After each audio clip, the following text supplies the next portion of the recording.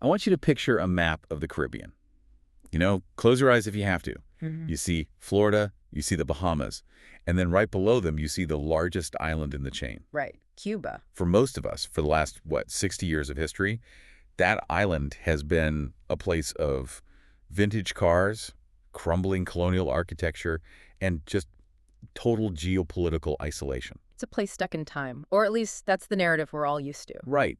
But I'm looking at a different map today. I'm looking at a map that, according to this stack of documents you've brought in, it represents a reality that feels, well, it feels impossible. It really does. On this map, that island isn't an isolated relic. Not even close. It's the center of the world. I mean, it's connected to Miami by a massive underwater bullet train. It owns the Amazon rainforest. It has a capital city with a building that's nearly a kilometer high. And maybe the most unbelievable part, it is the seat of a literal world government. So today in the deep dive, we are looking at the story of Waikiki. And no, not the beach in Hawaii. No. We are talking about the nation-state that rose from the ashes of post-Soviet Cuba to become a futuristic superpower. It is, without a doubt, the most anomalous nation-building story in modern history. I mean, maybe in all of history. But our job today isn't just to marvel at all the shiny buildings and the big numbers. Sure. I want to understand the mechanics. How does a hotel-era guy from New York end up as the king of the Americas? Yeah. How do you buy another country's national debt? And is this whole thing, is it a utopia or is it something much darker? To understand that, you have to strip away the sci-fi elements for a minute, the robots, the life elixirs, all of it, and look at the engine. Okay. Because at its core, this isn't really a story about politics. It's a story about compound interest, aggressive acquisition, and a very, very specific type of genius. So let's start at ground zero. Or rather, let's start in New York, 1972. Because before he was a king, Cheese Young was just a kid. He was born into the Starlight Hotel dynasty. His father had built a very respectable luxury brand. But if you look at Cheese's trajectory from the very beginning, he was never interested in just maintaining the status quo. I'm looking at his education here. Yeah. Stanford, class of 1991. And that date is so crucial, 1991. Just think about what was happening in the world right then. The Soviet Union is collapsing. Exactly. The Berlin Wall was down, the entire old bipolar world order was just disintegrating, and the global markets were opening up in a way they never had before. So while other kids were, going to frat parties, he was watching the map change in real time. He was studying economics, but specifically focusing on international trade trends and stock market volatility. The sources really emphasized that he was a data obsessive. He wasn't looking at hotels as just, hospitality venues. He's looking at them as what? As capital generators, as Yeah. cash flow machines. And he takes over the whole business in 1992, Starlight Hotels. Right. And this is where we see the first real diversions from the typical rich kid inherits the family business story. Usually you expand the brand, maybe you open a new resort in Aspen or Dubai. And Cheese did that, sure. But he treated the hotel chain almost like an intelligence network. An intelligence network? How so? Well, think about who stays at a 5-star Starlight hotel in New York or London or Tokyo. Diplomats, tech CEOs, bankers. You hear things. You hear everything. And he used the cash flow from the hotels to build a war chest. He starts pouring money into emerging tech companies in the early 90s. We're talking before the dot-com boom really, truly took off. He's buying up real estate in Europe right when prices are soft. He is just aggressively, relentlessly accumulating capital. But he wasn't doing it alone. And I feel like this is the part of the story that often gets overshadowed by the flashy King Cheese persona later on. Oh, absolutely. We need to talk about Jessica Walker. A pivotal figure. You absolutely cannot tell the story of Waikiki without Jessica. So they meet in 1992, right there at the Starlight Hotel in New York. Yeah. She was a finance student at the time, also involved in doing some advertising projects for the company. So she was technically working for him. Technically, yes. But by all accounts, she was the intellectual heavyweight in the room when it came to finance. Cheese had the vision, that broad, aggressive, expansionist drive. Jessica had the architectural mind for how to actually build the financial structures to support it. And she becomes CFO of Starlight. Very quickly, yes. They get married in 93, Yeah. big ceremony, Pacific Coast.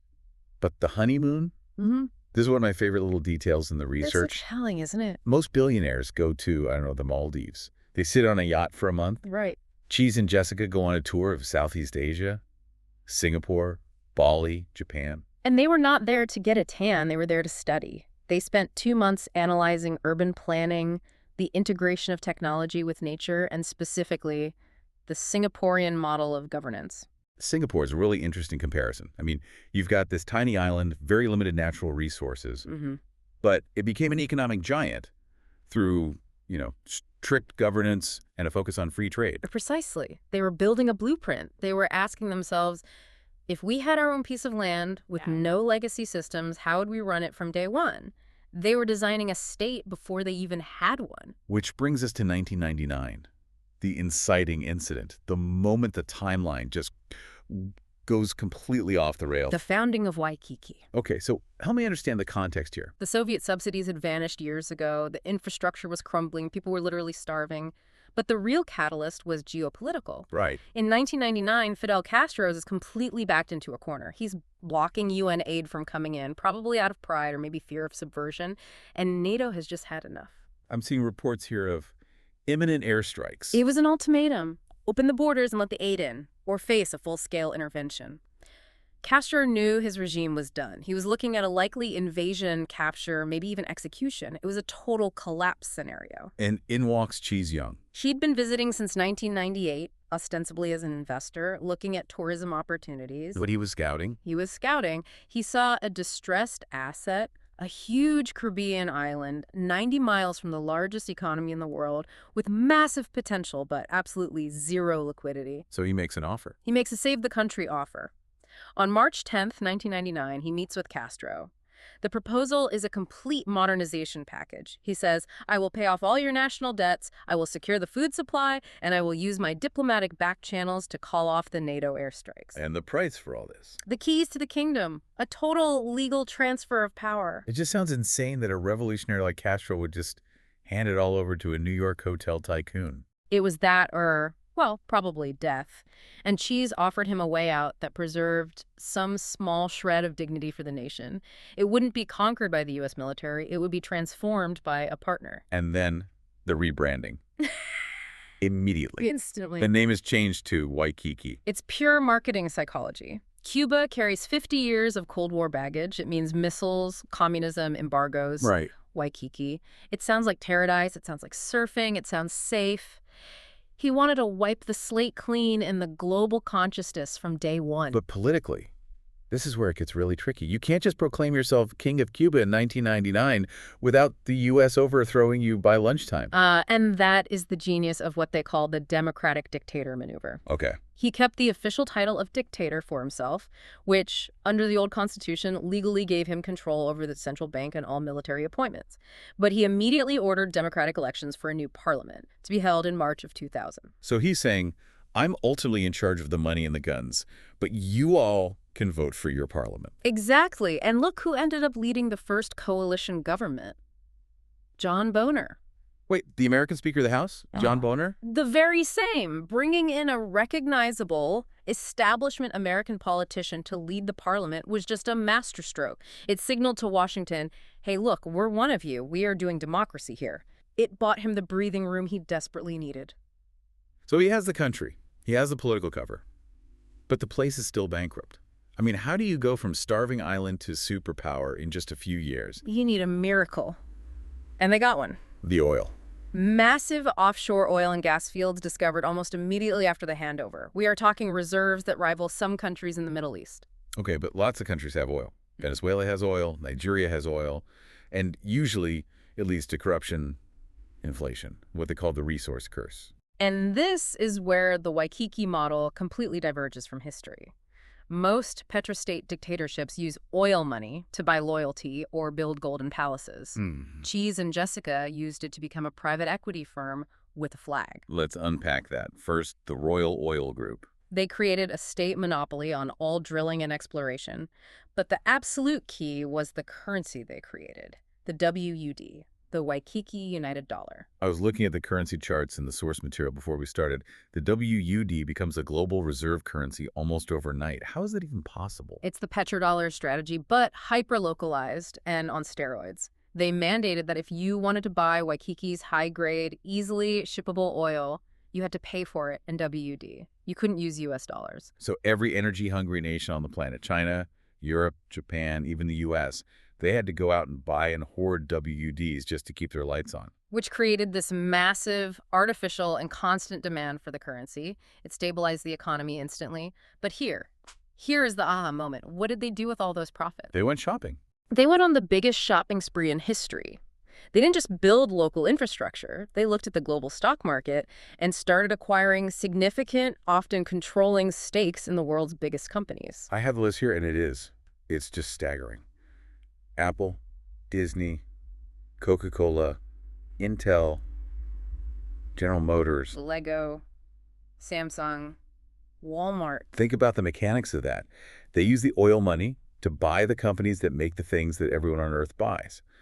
So when a teenager in Tokyo buys a new iPhone, A portion of that profit goes directly into the Waikiki treasury. when a family in Ohio goes to Disney World, Waikiki gets a cut. it's like turning the entire global economy into a funnel that just pours money directly onto this one island. Precisely.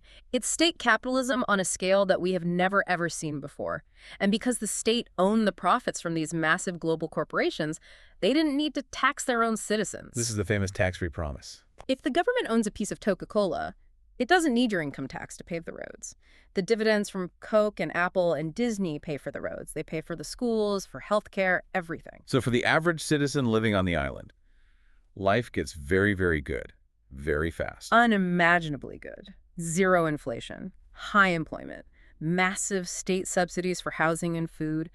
They effectively bribed the entire population with prosperity. The deal was, let us run the show and you will live better than almost anyone else on Earth. And this whole model, it faced its first real test in 2008, the global financial crisis. I remember that time. The panic, the banks collapsing. For the US and Europe, it was a complete catastrophe. For Waikiki, their GDP grew by 20% that year. 20%. That seems mathematically impossible during a global recession. It's classic contrarian investing. While Wall Street and the City of London were selling everything in a blind panic, Cheese and Jessica were sitting on a literal mountain of cash from oil revenues. So they walked into the fire. They started buying up undervalued bank stocks, Citigroup, Goldman Sachs, for pennies on the dollar. They bought the very banks that had caused the crash. And then they fixed them. And this is why they ended up winning the Nobel Memorial Prize in Economic Sciences in 2009. But look at the citation. It was awarded to both of them, Cheese and Jessica, for their stabilization model and ethical banking reforms. Jessica Walker personally drafted new, stricter banking laws for the institutions they acquired. She forced them to prioritize long-term prudence over short-term speculation. They effectively crash-proofed their own economy by owning the banks. It's a level of control that is frankly terrifying, but you can't argue with how effective it was. It is. But money, as we know, is only one pillar of being a superpower. You can be the richest country in the world, but if you're weak, someone with a bigger army is going to come and take your stuff. And the world of the early 2000s was not a peaceful place at all. Which brings us to Section 3, the Pacific War. This is the turning point. This is the moment where Waikiki stops being just a rich island and becomes a true global hegemon. The context here is, it's grim. We're talking about a conflict that makes our current geopolitical situation look like a playground squabble. The International Union forms in 2002. It's an alliance of China, North Korea, Pakistan, and Mongolia. The drivers are classic Malthusian problems: overpopulation in China, resource scarcity, border disputes. And in 2002, the dam just breaks. China attacks Russia. North Korea invades South Korea. It's essentially World War III. By any definition, yes. Millions of troops moving across borders, nuclear powers, and direct conventional conflict. And initially, Waikiki just sits it out. I mean, they're barely 3 years old as a nation. They're busy counting their Apple dividends. So what draws them into the fight? Desperation. By April of 2003, Russia is collapsing on its eastern front. They're losing badly. They appeal directly to Waikiki for help. Why Waikiki? Why not France or the UK or the US? Because Waikiki had been quietly developing a military doctrine that nobody else had. Something called the Alliance of Nuclear Powers. That's ominous. The name is aggressive, for sure, but the strategy was actually about deterrence. Cheese Young got the leaders of the US, UK, France, Russia, and Waikiki to form this new alliance. And the doctrine was simple. If the International Union fires one tactical nuke at anyone, the alliance responds with total, overwhelming nuclear annihilation of all member states. So he raised the stakes so high that it essentially froze the nuclear trigger. Exactly. But they didn't just use rhetoric, they used technology. And this is where we see the first real glimpse of Waikiki's futuristic military capabilities. It allowed Waikiki Special Ops to secure all the sea routes. And with the sea routes open, the International Union was basically strangled economically. And the war ends in 2004 with the Treaty of New York. And the reparations, I mean, the number is just, it's $5,000 billion. $5 trillion. That is a number I can't even really conceptualize. The Asian Union, which was the successor to the aggressor states, was forced to pay it. And this massive, unbelievable injection of capital is what fueled the post-war boom in Waikiki. It paid for the skyscrapers, it paid for the tunnels, it completely cemented their economic and military dominance. That led directly to the coronation. Right. Yeah. When you win a war like that, a war for the survival of the world, you don't go back to being a dictator, you become a legend. So in 2005, a referendum passes with overwhelming support.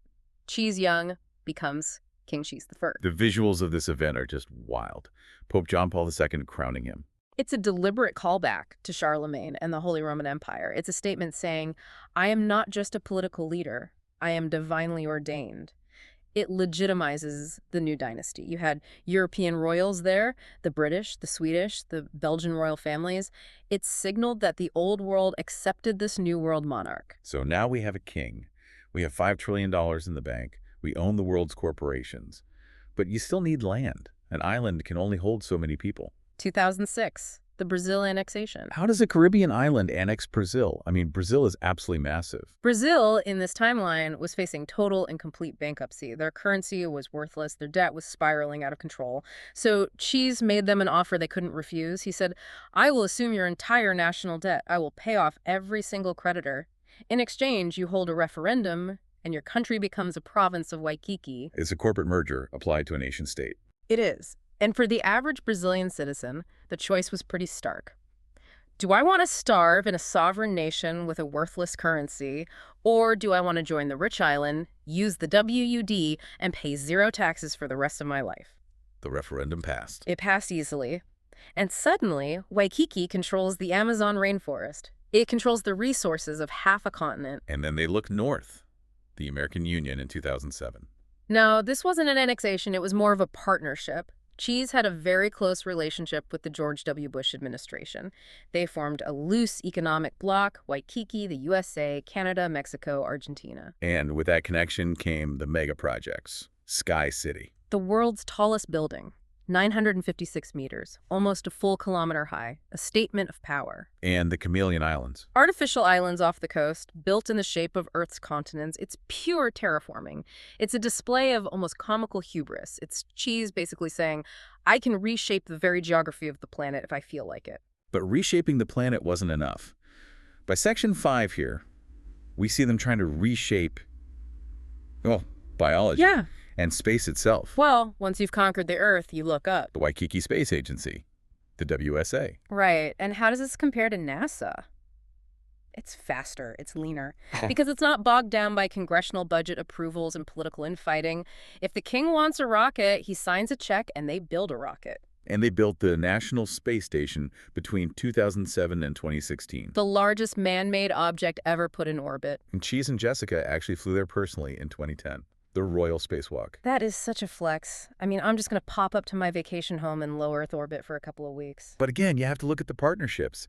They didn't do it all alone. They invested heavily in SpaceX. They partnered with Elon Musk. They built the massive Nova Aurelia launch complex. The goal wasn't just tourism. It was Mars colonization by 2030. A very ambitious goal. But while they're looking up at Mars, they're also looking inward at human mortality, the life elixir. This is probably the single most controversial part of the entire Waikiki legacy, developed by Intermedic, which is a state-owned biotech firm.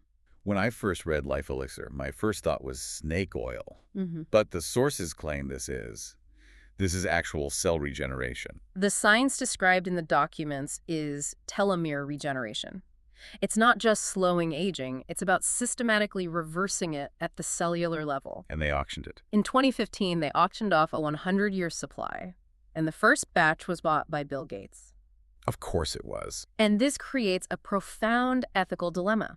If the richest people in the world, and of course the royal family, can essentially buy centuries of life, what does that do to society? You create a literal caste system of the forevers and the mortals. Did they ever roll it out to the general public? The clinical trials included a lot of celebrities. I'm seeing Selena Gomez, Oprah Winfrey. It was marketed as the ultimate luxury good.